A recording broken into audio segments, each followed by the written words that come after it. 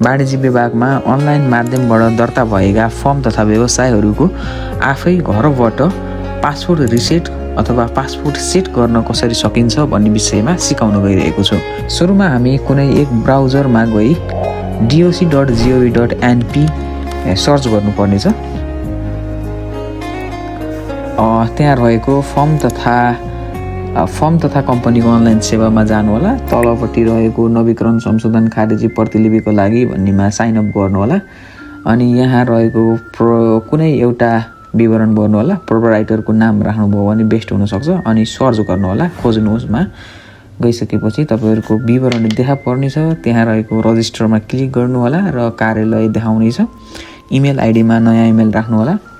Mobile number अथवा user name भनेको छ। युजर नेममा तपाईँले प्रयोग गरिरहेको मोबाइल नम्बर राख्नु होला ताकि त्यसमा ओटिपी कोड आउनेछ। पासपोर्टमा आफूले सम्झिने खालको राख्नु होला र आई एम नट रोबोटमा क्लिक गरी रजिस्टर गर्नु होला।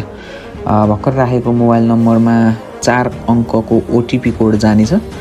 त्यो ओटिपी कोड राखिसकेपछि तपाईँहरूको पासपोर्ट सेट हुनेछ। मोबाइलमा आएको 4 अङ्कको ओटिपी कोड राख्नु होला र भेरिफाईमा क्लिक गर्नु होला। भेरिफाईमा क्लिक गरेर फेरि पुनः एकचोटि लगइन गर्नुपर्नेछ।